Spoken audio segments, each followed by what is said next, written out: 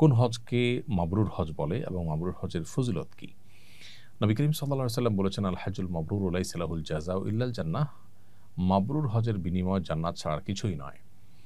মাবরুর হজ বা কোন হজটা মাবরুর হবে? এর উত্তর হলো যে মাবরুর শব্দের অর্থ পুণ্যে ভরা।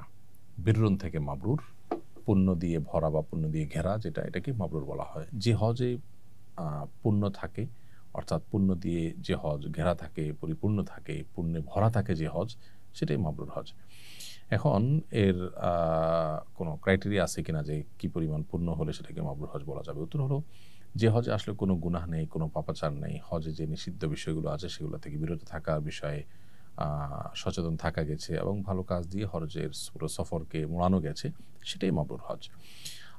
ধরুন এখলাস না থাকা, লোক দেখানো, লৌকিকতা, এটা গুনাহের কথা, অতএব এটা থেকে মুক্ত থাকা, এটা মাবরুর হজের জন্য পূর্ব শর্ত। ঠিক একইভাবে আমরা যখন হজ করব, তখন নবী সাল্লাল্লাহু আলাইহি ওয়াসাল্লাম একটা হাদিস মাথায় রাখবো। তিনি বলেছেন, মান হাজ্জা ফালাম ইয়ারফুস ওয়ালাম ইয়াফসুক রাজাআ কায়ৌমি ওয়ালাদাতহু উম্মুহু। যে ব্যক্তি হজ করলো এবং হজ করতে গিয়ে নারী ঘটিত বা যৌনতার সংশ্লিষ্ট কোনো গুনাহ এটাতে জড়ালো না এবং কোনো প্রকার সাধারণ পাপাচারও করলো না, অন্য পাপাচারও করলো না, এগুলো থেকে যে বিরত থাকলো, সে ব্যক্তি মায়ের পেট থেকে সদ্য ভূমিষ্ঠ হওয়া শিশুর মতো নিষ্পাপত্ব নিয়ে ফিরে আসে।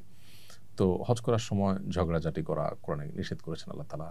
আর এই যে যৌনতা সংশ্লিষ্ট ক্রিয়া কর্ম, সেগুলো থেকে বিরত থাকা এহরামরত অবস্থাতে, এবং এর বাইরে অন্যান্য যে গুনাহগুলো আছে, চোখের গুনাহ সহ নানাবিধ গুনাহ সেখানে হতে পারে, সেগুলো থেকে বিরত থাকতে পারলে সে হজটা হজে মাবরুর হবে ইনশাআল্লাহ তাআলা।